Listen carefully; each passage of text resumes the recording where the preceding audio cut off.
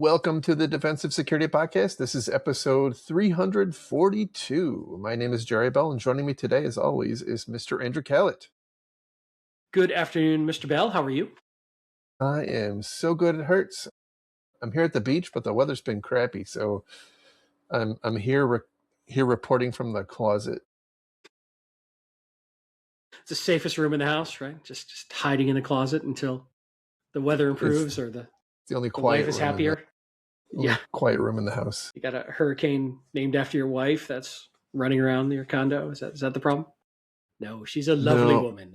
I shouldn't say she is amazing. But good. I'm glad you're at your undisclosed Southern Command location. Absolutely. And how are you doing? I am good. It's been a little crazy busy as usual. But here we are and hanging in there, staying alive best I can. Awesome. I am back to the gainfully employed, so that's been quite exciting, and I certainly liked not working much better. I'll just leave it there. Yet we get painfully addicted to that paycheck and health insurance. Especially the health insurance. Holy cow! Yeah, crazy. I won't get into the politics around that, but I hear you. Crazy. All right.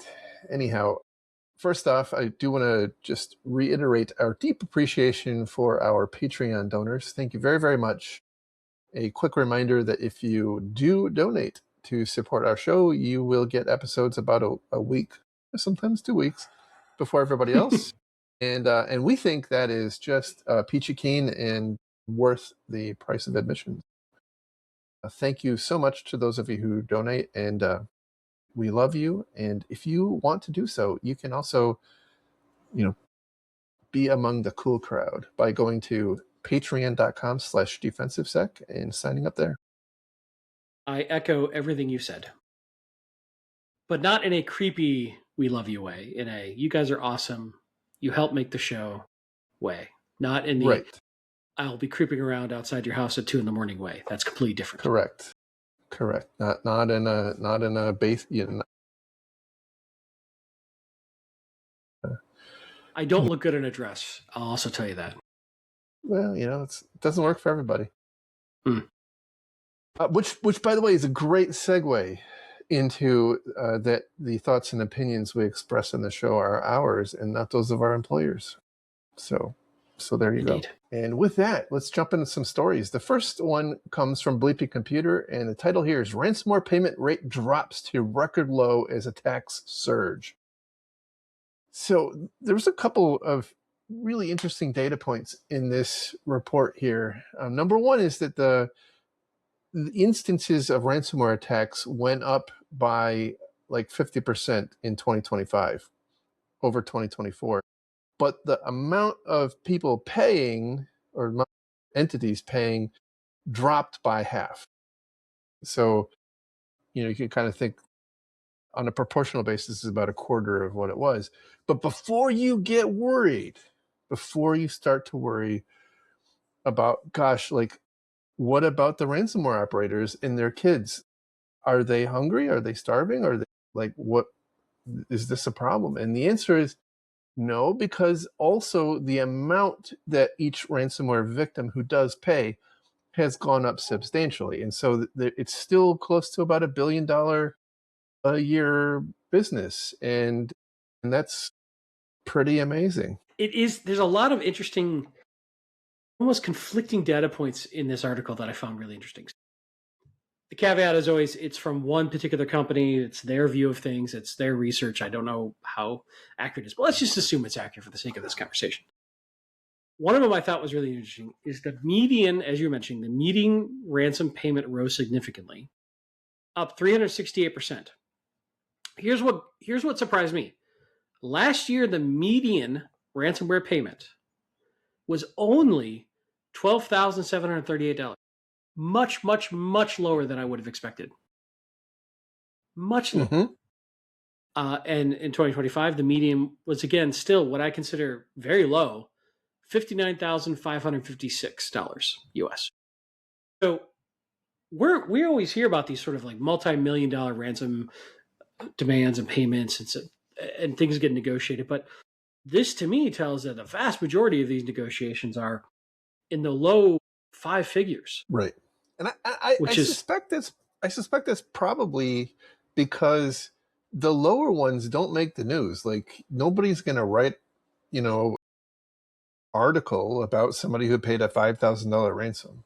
Right. It's not newsworthy. I mean, I would, but nobody would read it. Well, but it's interesting. Honestly, did not realize that the average payment was that low, or at least the median payment, not the average, I should say, median. The other thing that I thought was interesting is they saw a huge proliferation in number of ransomware threat actors. Their theory is that was because law enforcement has been much more effective against the centralized big boys.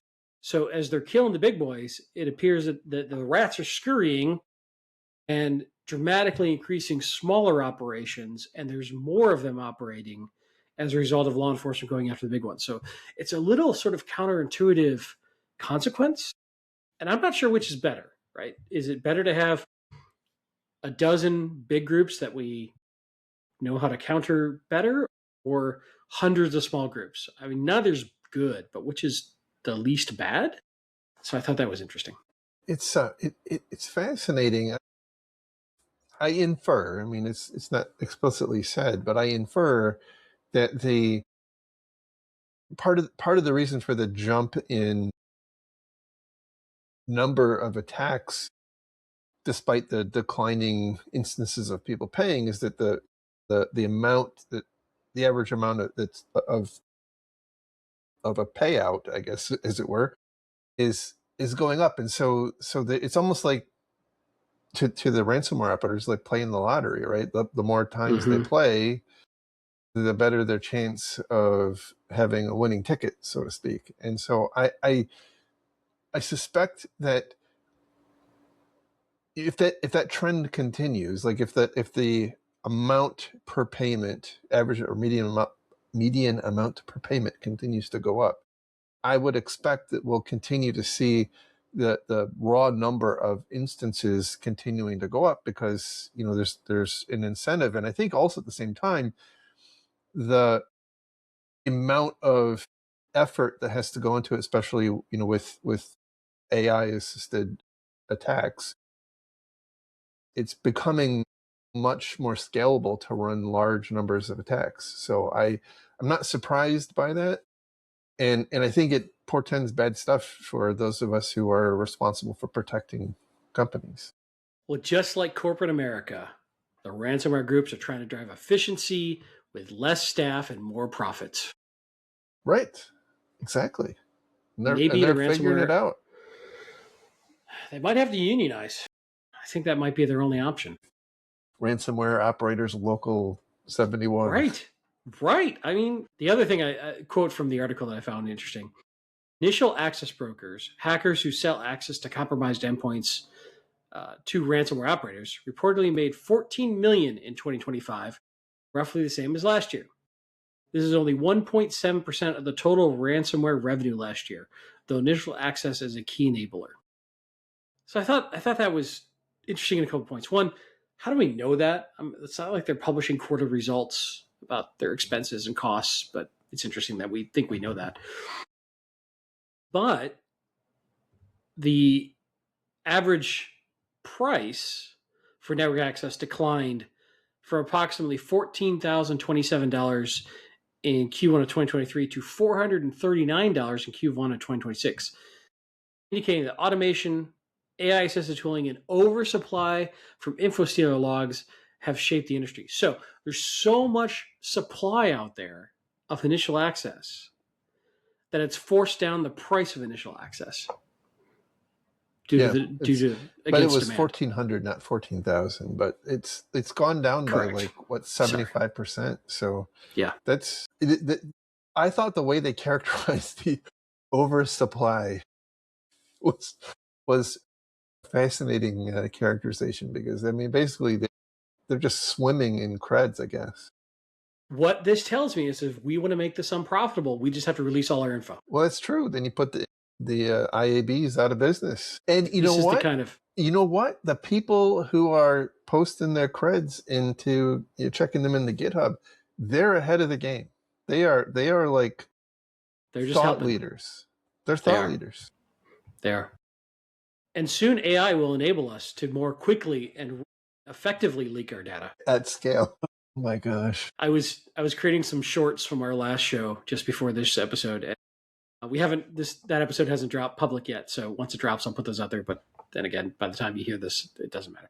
But we just had some bangers about AI on our last show that I'm just looking forward to getting out into our shorts, and hopefully the algorithm will share them with the people, because there's some great commentary there.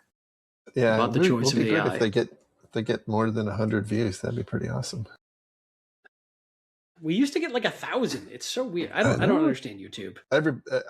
From what I can tell, a lot of people are very frustrated with YouTube's recent changes. So I don't think it's just us. What if we just got deepfakes to replace us with like fitness models? So I think that is idea number one. Idea number two, from what I infer, is that rage bait is everything now. So you would have to say, like, the way to avoid ransomware attacks is by putting crystals by your computer, as an example. Prove it. And then you get people to argue with you, like, no, what color crystal? And then you say, well, the purple ones, of course. And they say, no, that will absolutely not work. You have to have the green ones. And then then everybody starts arguing about what color crystal is best to protect against ransomware.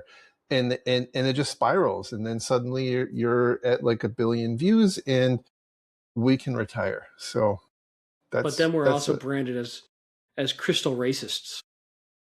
Well, maybe. I mean, all right, we'll try it next week. We'll see how it goes. Anyway, let's move on. Back to our story. Moving on.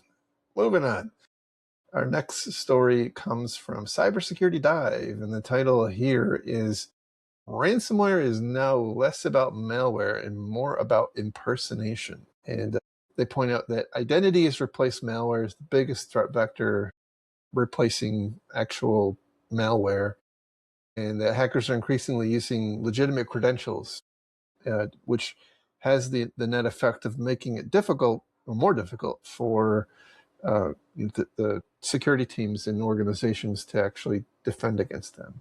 So I don't think it should be an incredible surprise if you look at the recent history of like the Salesforce attacks and whatnot. They point out that I think it was 50% of these attacks are happening against what they call manufacturing and critical infrastructure, and the reason for that apparently is because these organizations are dependent on kind of continuous operations, and so they have an incentive to pay and then get past it. What I think is interesting, it kind of changes the dynamic on how we have to approach things. I think we've, over the past 20, 30 years, we focused a lot on perimeter security and technical security, and we've relied a lot on kind of, quote, the integrity of our employees and whatnot. And I think the way we have to start thinking about these attacks is that they're really insider threats. And I think this is kind of something that we've not really reckoned with. Like we haven't, broadly speaking, unless you're in some certain specific regulated industries, you're probably not really focused on user behavior.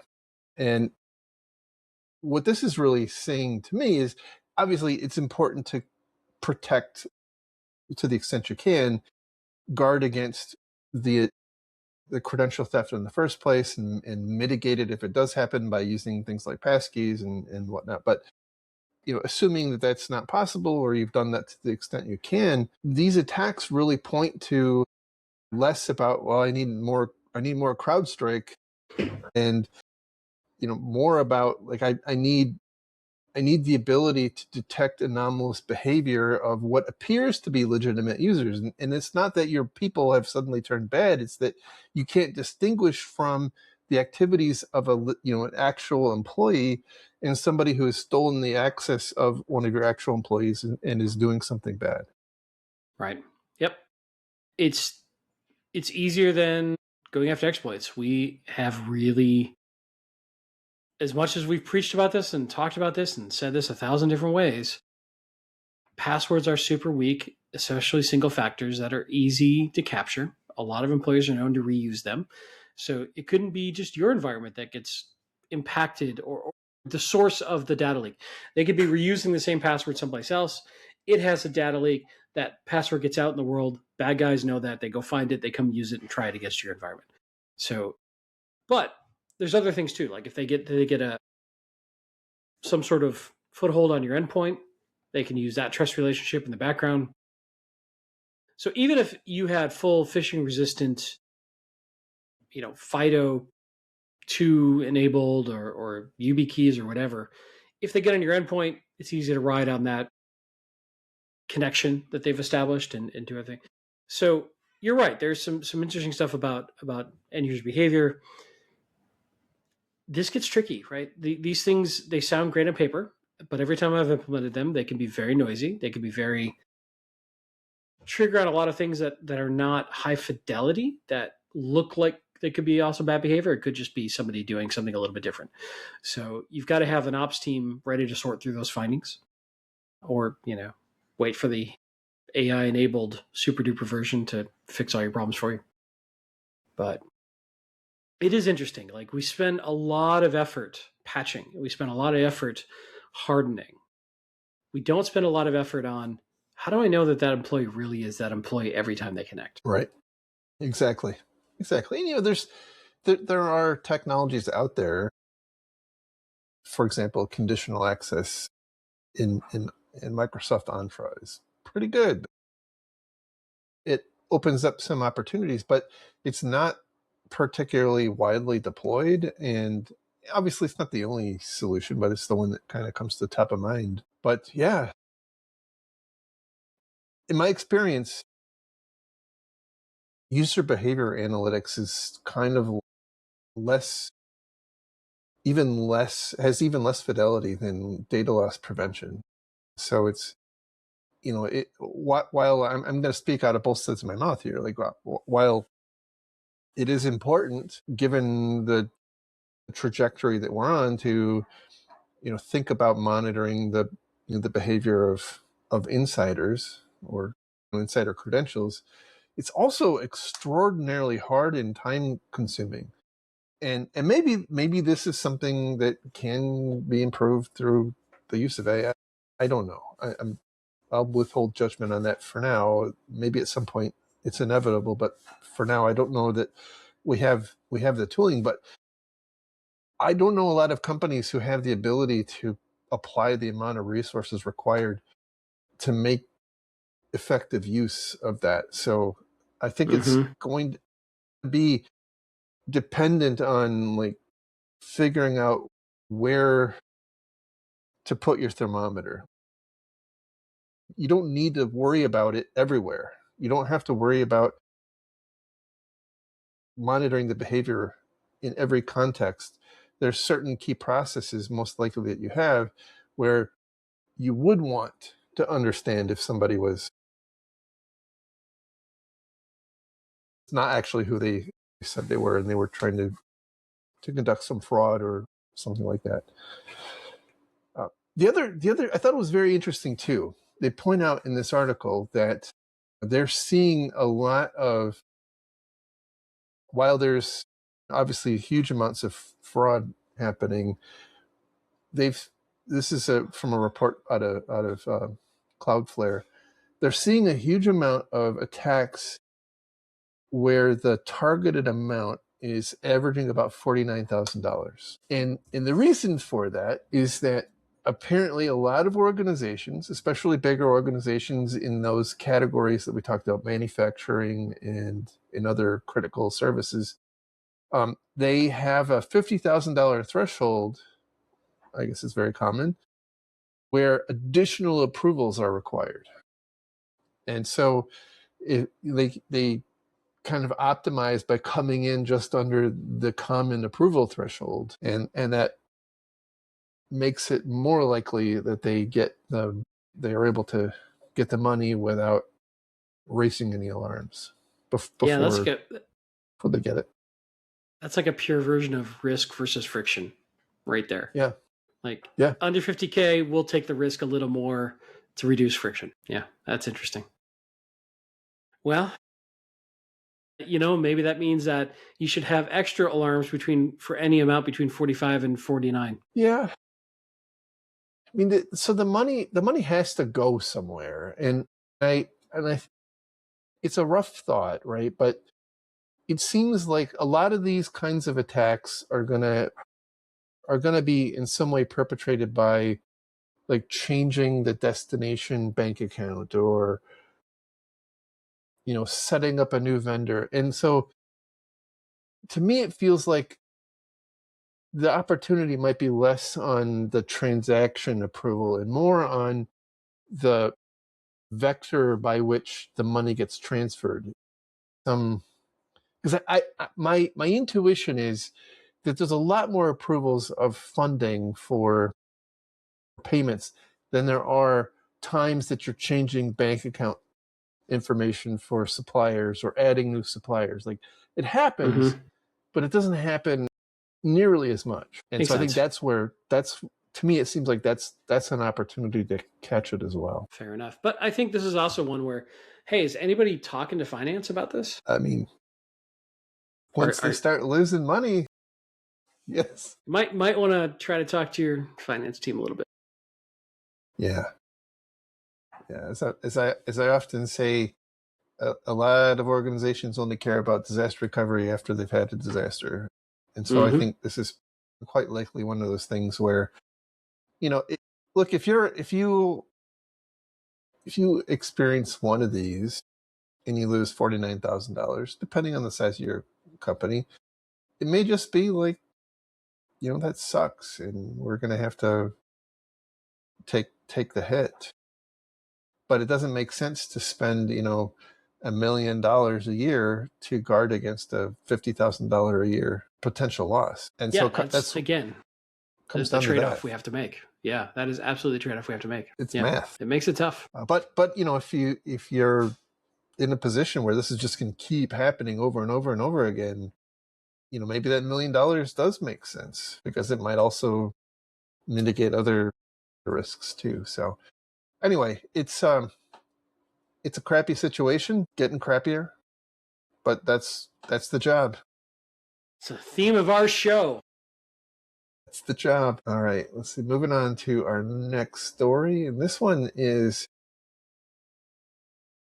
we didn't talk about the initial instance of this because it kind of happened fairly close together. But the title here from Security Week is exposure management company Watchtower reports that a recent Cisco Catalyst SD-WAN vulnerability initially exposed as a 0-day is now being used more frequently by threat actors.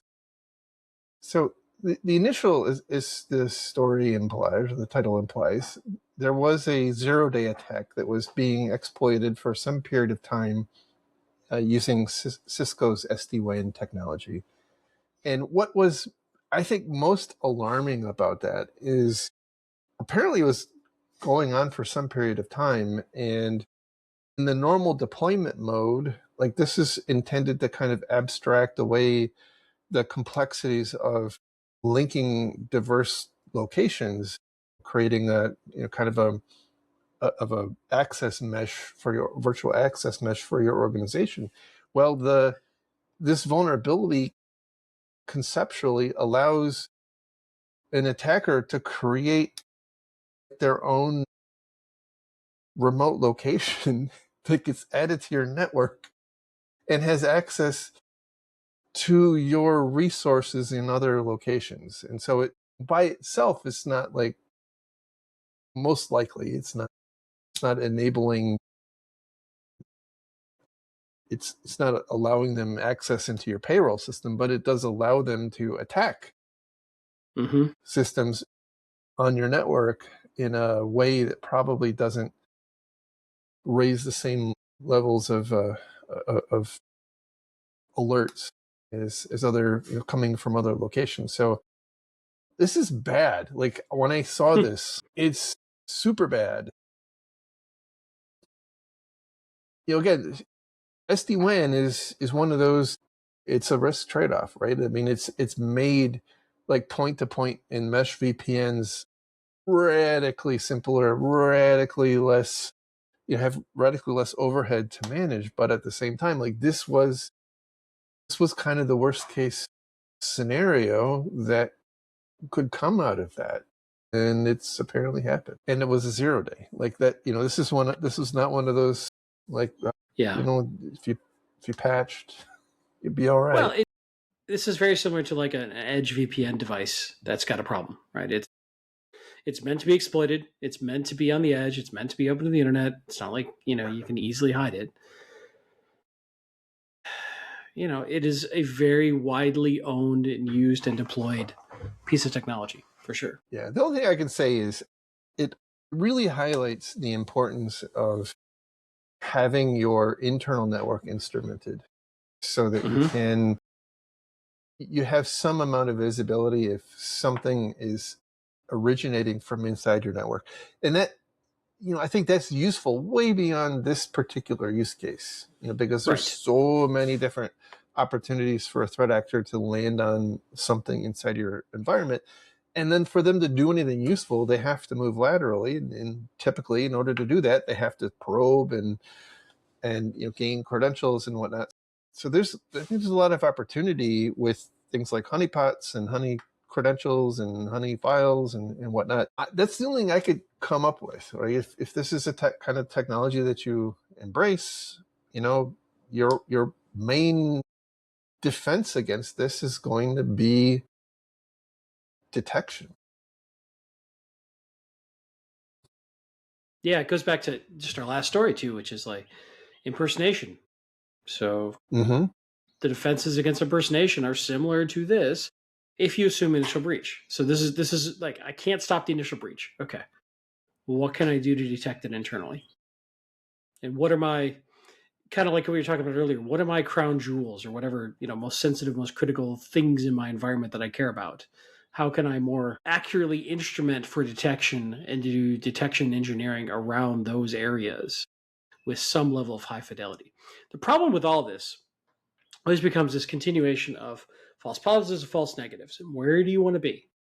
And false positives, you're putting a lot of load on your ops and other teams who have to investigate.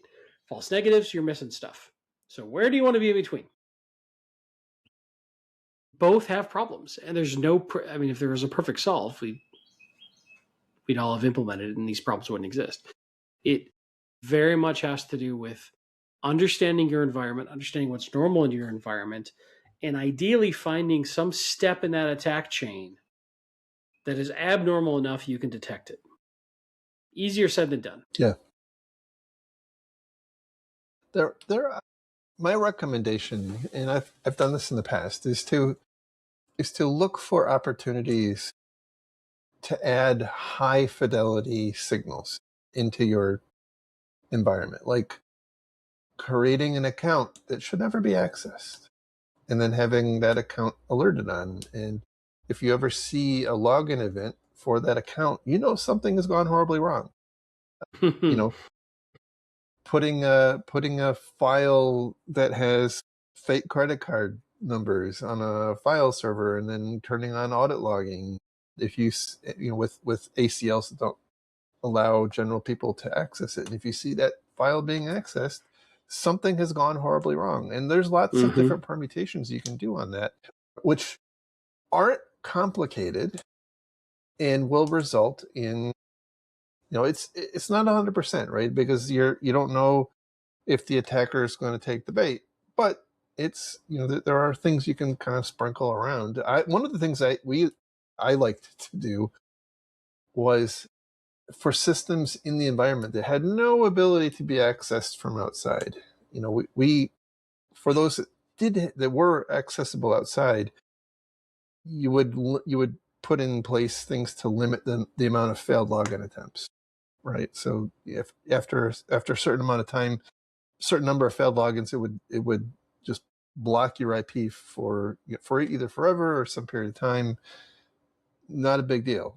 That happens all day, every day on the internet. Fine. But on your internal network, if you see something happening that is locking out accounts internally, it's not to say that it's not like a misconfigured, batch job where the password got changed. That can happen, but that is also a higher fidelity signal. If you're seeing accounts getting locked out, or you're seeing IP addresses being blocked because of a internal IP addresses being blocked because of too many failed login attempts, I think that's also a potential indication of attempted lateral movement. Mm-hmm. Makes sense. Flip side is if you've got to tune those just right so that you're not burning out your ops team with false positives they start ignoring. Yeah. 100%. All right, so moving on to our next story. This one is from Dark Reading, and the title here is Nation State Actor Embraces AI Malware Assembly Line. Mm-hmm. All roads lead to AI lately. This is talking about a threat actor who, I think they have this amazing quote. The threat actor embracing mediocrity was pretty good. The story here is, and when I read this, I immediately equated it to something that's happening in the kinetic world, which is using a bunch of low-cost drones to tie up your super expensive interceptors. What's happening here is this threat actor is using vibe-coded malware that apparently in many cases is really badly written. Like in one instance, is they talk about a tool that is designed to steal browser credentials, but like it had, instead of actually having the ability to connect to a command and control server, it just had a placeholder. It was incomplete. And what apparently this particular threat actor is trying to do is just bombard the victim with a lot of different kinds of malware in kind of rapid succession, so that you kind of get tied up trying to triage and analyze, and you can't analyze that. Most companies don't have infinite amount of resources to assess what their EDR or antivirus is detecting. So they kind of get, that process gets gummed up, and meanwhile it just keeps on coming, and something is going to get through. Now, the one thing they also talk about with AI, this AI strategy in particular, is they're using AI to write the malware in uncommon languages like NIM and Zig and Crystal and some others, which historically a lot of the endpoint detection tools have trouble figuring out malicious intent. And so that hasn't been a big problem up to now, because it's a fairly specific, novel skills to have, and typically not the kind of skills that people who write ransomware or malware have a specialty in. But now it doesn't matter, because they can go and search for obscure programming languages and then ask their LLM to produce malware in that particular language, and off they go, and they don't even care if it's good. Right, because they're using it as a distraction. They're using it as something to wear down your defenses, mm-hmm. your attention in some ways, right? But it does open up the opportunity for offering QA for vibe-coded malware as a service, or an AI agent that performs QA for your vibe-coded malware. It is a little interesting too that how telling it is that we have somewhat tuned our defenses, whether it's EDR, antivirus, etc., to the 90 percentile, right? Or to the 85 percentile, to the bell curve. And this sort of shows novel stuff that's very different, apparently gets past a lot of it, which is a little bit of an indictment of the EDR industry or behavior based detection. And of course, I understand the challenge a little bit, which is they've got to be fast, they've got to be low impact, they can't put a bunch of load and latency into the system, right? So they've got to optimize for the likelihood. But it does point out, hey, edge cases are powerful. Now, in this case, it's being used poorly, but it's not going to continue to be used poorly. No, I mean, it at some point, it'll transition to most of the malware that's being created by this, even kind of with low effort attempts to produce it, are going to produce relatively high quality malware. That's just the progression that we're on. The reason I wanted to talk about it here was because it's a bit of a novel technique, right? And so if you're responsible for the security of an organization and you start to see like a whole bunch of crappy samples coming your way, it may be part of a broader focused campaign. It may not be a whole, bunch of disconnected crappy attempts. It might actually be somebody who is genuinely trying to obscure what they're doing. And it reminds me back in like the early 2010s, when we saw a lot of DDoS attacks being paired with, other kinds of attempted infiltrations, where they were trying to tie up the security team with responding to a DDoS attack, and meanwhile they're off doing something else. So not entirely different. But anyway, just be aware that these kinds of spray and pray attacks are out there, and I think we should expect that we're going to see more threat actors behaving like this. Jerry, just rub some AI on it. You'll be fine. Well, obviously that is the answer, right? We have to have AI firewalls. That's where this is all headed. AI, all the things. That's really the only option. 100%. All right, moving on to our last story. Now, caveat on this, because this is, I think, a fair amount of marketing. But I have had discussions with some fairly prominent bug hunters who have told me that this is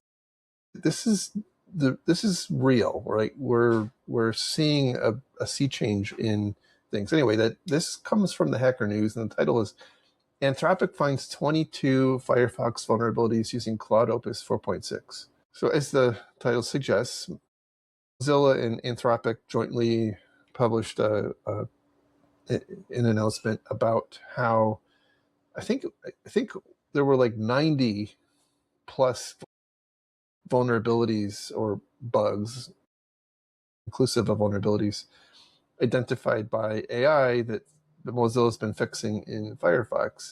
22 of those 14 of the 22 were classified as high.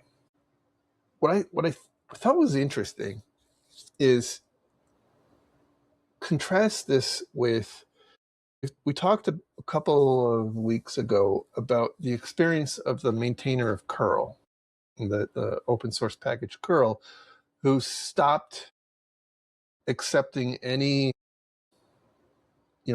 vulnerability reports that were AI generated. And we didn't cover it on the show, but there's the big blow up I think it was last week, where the maintainer of, was it Matplotlib? Anyway, it was a library, received a AI generated vulnerability report, and the maintainer rejected the report because it was originating from AI, and then the AI allegedly wrote up a hit piece about how discriminatory this person was, blah, blah, blah, blah, blah, right? What is interesting, I think, is that this is happening, right? Especially when I talk to professionals in the industry who are actually doing this. They are saying, like, this, especially Claude, is doing a a very good job. Now, if you read through here, there's kind of a dichotomy between its ability to find vulnerabilities and its ability to write exploits for the vulnerabilities. It's pretty good, getting good at the former. It's not so great at the latter. So that aside, I think the kind of out-of-hand rejection of AI-generated vulnerability reports is not going to have long legs. And the reason for that is because people are finding vulnerabilities in software with AI. Whether the maintainers choose to fix them or not is, is kind of going to become the question. It doesn't change the fact that the vulnerability exists and has been found. And so I think we're going to start having a problem where if we have software maintainers not patching AI originated vulnerabilities, we're going to have a big problem. Well, it could very well turn into, hey, which AI model did you use? And that sort of credibility to that model might be how they filter. Could be one option. That's fair. But I agree with you. The other thing I think about that comes to mind is great. It's good that we know about the vulnerabilities. That's excellent. One of the things that I see often as a problem is engineering teams, whether it's open source maintainers or corporate environments, don't have enough time to fix the vulnerabilities we've already found. There's another aspect of that. More vulnerabilities without context is tough, but it's better to know about the vulnerabilities, not the vulnerabilities exist whether we know about them or not. So it's good that these tools are finding. So I'm thinking about how do I bring this earlier into the development lifecycle as that code's being developed to find it and stop it from shipping. And I think that's where this ultimately is heading, right? I need to be able to enable the developers as they're developing code not to write insecure code. And that's where I think the real value ends up being. But ultimately, yeah, if AI is proving to be effective at finding vulnerabilities, the bad guys are sure as hell going to use it. So if we're not using it as good guys, we're blinding ourselves to very real risk. Yeah, 100%. I think with most commercial companies, what you said makes sense, and we'll probably see that sort of change naturally happen. What I observe is in the open source space, which, by the way, like everybody and their dog relies very heavily on lots of open sources. There's like this rejection of all things AI in a lot of contexts in open source. And so I think it's going to be a while before we see a general acceptance of that. But I think it's going to, I understand the perspective. I understand the reasons. I don't necessarily disagree with a lot of the reasons and a lot of the objections. Get it. But the reality is the tools are out there. People are using them. They're going to be finding vulnerabilities. And unless we find a way, as you pointed out, to integrate that into the development process and find and fix them earlier in the process, they're there. The vulnerabilities are there. People are going to become increasingly aware of them. And if they make it out into the world, so to speak, without having been fixed, it is a risk. Now, I don't know.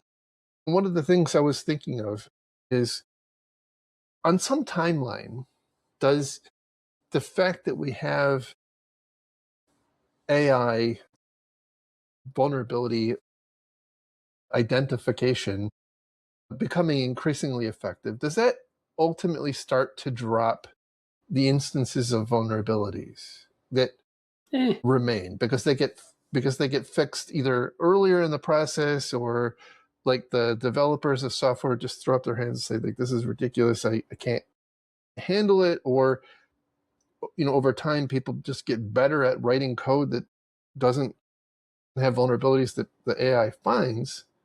Like, is that where we're headed? I don't know. I don't think it's the last one, especially because we're abstracting more and more of actual code development away from people.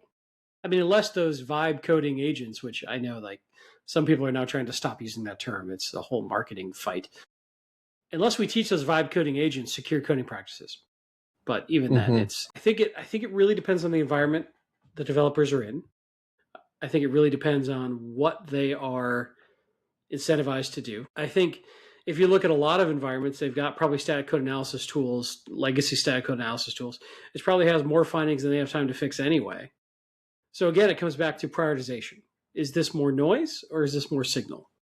And as a AppSec professional, I want to find as many vulnerabilities as I can. But that's only 20% of the problem. How do I get them fixed? And how do I prioritize which ones get fixed is another big aspect. Now, what I can see this absolutely enabling are like, if your source code gets stolen, you've got a lot more to worry about now. In the past, you could say, well, maybe not a big deal because it's hard for people to take my source code and find vulnerabilities. Not anymore. Now it's easy. Or, let's say I'm a third-party auditor of some variety or a pen test company, and then, I want to do a source code-enabled pen test. Enables that to be far more effective. There's always second-order effects I can see from this coming. And again, they're just going to get better from here. But I think my ultimate end game for me in the environments I work in is cool. How do I take this and shift this way left in my development cycle and get it looking at this very early before things even get pushed to prod on a Friday afternoon, as you so like to say. What better? And I think we'll get there. And ideally, hopefully this becomes a feedback loop of, hey, you've got code or you've got AI capabilities that can look for your insecure code. Maybe that would inform your AI when it's vibe coding for you. And this becomes a cycle that, of course, that's a cost, right? And we've got to get people to pay the cost. But I could see that improving. If there's an automatic mechanism of, hey, I'm now going to scan your code as I've created it for common vulnerabilities or vulnerabilities and automatically correct them would be great. And then see where we end up. So I think it's a net benefit, but I think it's only a small piece of the puzzle. Yeah, I think it's going to take a while too for some of the benefits to flow through. So we don't have the story to talk about, but there was a story floating around about how somebody was looking at AI generated commits into GitHub, and what they found was a lot of the same error, a lot of the same coding vulnerability was being introduced over and over and over and over again because that I'm guessing it found some sample code somebody wrote on Stack Exchange a long time ago that had some vulnerability in it, and so it's being kind of propagated out. But I think that's a short-term problem. I mean, not to downplay like the significance of the problem it's creating today. I don't mean to downplay that at all. It's going to be a big problem. I think, broadly speaking, we have an absolute horrific mess ahead of us in a couple of years from all the code that was being written by models that don't know how to securely code, and people using those models that don't know that they don't know what they don't know. And so right, like we're creating this mountain of security debt that we're going to have to collectively pay down at some point. And those models will always be the cheapest, right? There will always be a premium price for the secure coding capabilities. Just like there's a premium price for, you want SSO enabled for your enterprise SaaS solution? That's extra money. You want good logs? That's extra money. You want secure code? That's extra money. Right. Those GPUs ain't free. Not yet. Goodness. So there we go. That is the show for this week. I do want to say, I number one, I appreciate you, but number two, I think while it looks awful in some respects right now, it won't always be like that. If you look back, just narrowly think about AI generated images 2 years ago, right? Mm-hmm. People had 6 fingers and three arms, and think about where it's at today. And I know I'm not interested in debating ethics of like pictures created by AI or anything like that. My point simply is that the state of the art in its ability to do a quality job is improving radically. We're gonna have to deal with the absolute mountain of horse crap that it has been producing, but it's inevitable. I mean, it is what it is. I hate it. We can all hate it, right? But it isn't going away. That's the one thing that annoys the crap out of me is I see so many people who are absolutely rejecting this and not seeing the bigger picture. This is not this is not blockchain. Like, this isn't going to go away. Like, it is here, and you are on the bus or not. I mean, there isn't a point at which AI is going to, the businesses are going to say, like, oh, that was a bad idea. Well, it will happen. Going to go back. It will be after a massive war launched by the Cylons and a couple of years of running from them, and then we decide to reject all technology. So you've got a long way to go from here and there, and that's when we send all the fleet into the sun. Although the Cylons did go off on their own, so who knows? They're still out there. But no, you're right. It's and we talk about this. There's probably going to be net positives along with the negatives. It's not an either or. It's not black and white. And this is something that I think our industry specifically, and those who are loudest, the way the algorithms do it, the activists, the ones who care about a very narrow slice of and they're right to care, but they have very narrow, just this view, right? They just care about this thing. And then they look for everything that reinforces their position on that. And they don't care about the possible benefits or the trade-offs. They want one view of reality, both positive and negative, right? Those are the positive side of, look at what this is going to do for us, and not caring about all the negatives. And the folks on the negative side, look at the negatives and not caring about all the positives. Like anything, there's going to be a balance, and there's going to be positives and negatives. We do see a lot of positives come from AI. We do see a lot of positives in healthcare and medical diagnostics and other areas that are starting to make real differences and save people's lives. And, we'll probably see things and breakthroughs in medical technologies and drug development, other things like that. And things like this last story could make our lives easier in finding and fixing vulnerabilities so bad guys can't. I do think there's a value in having a pragmatic view. And like any technology, we're at the early days, but we are in this weird echo chamber that everybody who gets any airtime is at one of the spectrum or the other. And that's all we hear. It's the barbell, the typical barbell situation.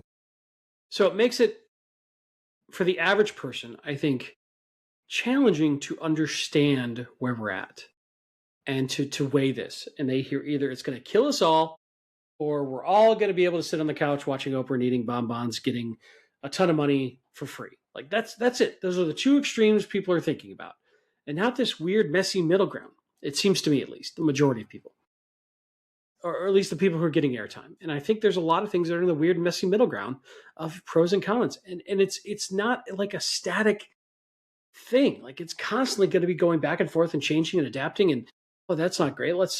Everybody gets a vote, right? Who are involved with this in terms of like how these tools evolve and change. And I'm not saying they get equal votes, but it's something bad happens, we can adjust. Something great happens, we can reinforce it. Like, I just think people are very, very, very hyperbolic about this. And I think it remains to be seen. Endemic in the human condition. But, it's whatever you want to say about AI. Like, we all have to collectively get up for work. Tomorrow's Monday morning. Like, we all have to get up for work, and we have to go to work on Monday morning, and we have to figure out how to do the thing for our employer. And, we have bills to pay, we have food to buy, we've got, it's we do have to live in the world that we're in. I do think, by the way, that, aside from, like I mentioned, this, coming catastrophe that we're going to have to deal with, I also think that it is true that we're going to see a reckoning in AI soon. But it's going to be, in my estimation, it's going to be more like a reckoning that we saw in 2001, 2002, right? Where, we are collectively shoveling money into a furnace right now. Mm-hmm. And that is not sustainable. And so there will be a reckoning, and it is going to be ugly. It's going to be catastrophic. There are going to be a lot of the players in the AI space who won't be around in 5 years or 10 years. Like, they're going to be gone. But that doesn't mean that's a different statement than like AI is going to be gone. It's because if you sat in 1999 and we were shoveling money into the furnace of the internet. Mm-hmm. Literally shoveling money into the furnace. Not at the same speed we are today, but was happening. And there was a giant crash, a giant correction. But guess what? The internet is still here. And it, in many ways, is far more sophisticated in ways that we probably couldn't conceive of back in 1990. Yeah, we are old enough to have been through this before. And this is the creative destruction of capitalism. There is this brand new opportunity, a game changer. When we went through it before, it was the internet and the rise of the commercial internet. We've probably been through it other times, but I'll just stick on that one for a minute. Now it's the rise of AI. There's going to be a whole bunch of companies trying a whole bunch of things. In hindsight, it will be obvious. Yeah, that makes sense. This didn't. But you don't know until you try. And there's a whole bunch of people with a whole bunch of money who have bought into the premise that some of these guys are going to find out how to make this work and make us a ton of money. And that's how VCs and angel investors and private equity work. They're chasing the odds that somebody's going to get it right. But that means a lot of people are going to get it wrong, and they're going to go out of business. That's how tech innovation often progresses in these sorts of inflection moments. It looks scary. It looks devastating. It looks crazy. Maybe the way it's supposed to be, if there is such a thing. But there's also real world sort of impact to people, which suck, and I get that. But I mean, we saw this model play out in the dot-com era, that profits didn't matter. It was a new math. Profits were immaterial. It was only eyeballs, mind share, eyeballs, market share, mind share. Guess what? The fundamentals still apply.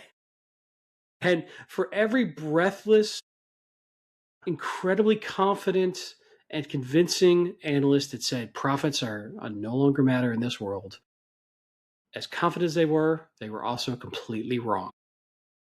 Yeah. Oh. So be careful who you trust. Be careful who you listen to. They can be as convincing and as authoritative as anybody giving a nature documentary as a narrator. I was trying to come up with a cool name. And they could still be incredibly wrong. We won't know until we're on the other side of this. By the way, that doesn't mean that I know what's right. I just am highly pragmatic about those who think they know. I don't know if they know or not. Some of them will be right. A lot of them will be wrong. Yeah. I know that right now there's a lot of consternation about the job market in IT and in security specifically, for good reasons. I mean, it's for the first time in my lifetime, and I think probably for the first time in the history of IT and security, we're seeing kind of a downturn, right? And at least in terms of employment. For my entire career, security budgets only went up year after year after year after year. And I'm not saying that like collectively they're necessarily going down, but I think the mix of headcount to OpEx/CapEx is rebalancing, and there's just less people. There's a desire to find other ways to scale, and so we're seeing a lot of, as you described it, creative destruction. Like, historically, consulting companies and MSSPs were huge environments for people starting in their careers. Like that was where a lot of people got their start. But now a lot of that is, they're driving to automation, right? They're trying to find ways to scale without hiring people. And it is what it is. Like that is what's happening. And so it's creating a lot of pain for people who are coming into the marketplace at a time, like for the past 15 years, we've been consternating over how we need more people. We need more trained people. And so we've created this engine to produce trained people with degrees and certificates and all this stuff. And they're coming out in mass, and there's fewer and fewer jobs for this increasing number of people. But one thing I will say is I think companies right now are looking for, whether they will say it or not, they're looking for people who can help them through the forest, navigate AI from a company perspective or like from a security perspective. And so I think the advice I would give people right now is like, that is the thing that if you're coming into this new, that's what I would be focusing on, is how do you help an organization improve its security function using AI or embrace AI in a less risky manner, that sort of thing. Not that there's a lot of great options, and there's certainly lots of companies who will sell you, as we like to say, blinky boxes, but they're looking for leadership. They're looking for people who are comfortable with the technology, who can help them through the forest. That's where I think you can find some success right now. I think it's well said. I agree. So anyway, hopefully that helps somebody. Anyway, I digress. So if you want to find links to the stories we talked about, you can do so by going to our website. It's defensivesecurity.org. Look for episode 342. You can find us on the most amazing YouTube channel I think that perhaps has ever been. It's like really early days. So if you follow it right now, you're getting in on the ground floor. So just be aware. Just look for it. It's kind of like if you saw Taylor Swift playing at your local bar. That's exactly. Just look for Defensive Podcasts on YouTube. Once again, a thank you to our Patreon sponsors. If you do want to sponsor us, it's patreon.com/defensivesec. And that is actually, I'll go back one, and we can talk about where we're at. So where can people connect with you? Not that they ever have with, I guess, at least with me. So where can people find you if they wanted to? Wow, I don't know what that means, but you can find me at X and infosec.exchange, which is your phenomenal Mastodon instance, with the same handle at Lerg, L-E-R-G. All right, you can find me on Mastodon. It's at Jerry at infosec.exchange. And with that is, as I said before, the end. Have a lovely time, a lovely week ahead. Hopefully we'll be back again next week. I will be traveling home again, so I don't know exactly what my schedule will be, but we'll try. So we'll figure it out. Have a great week, everybody. Take care.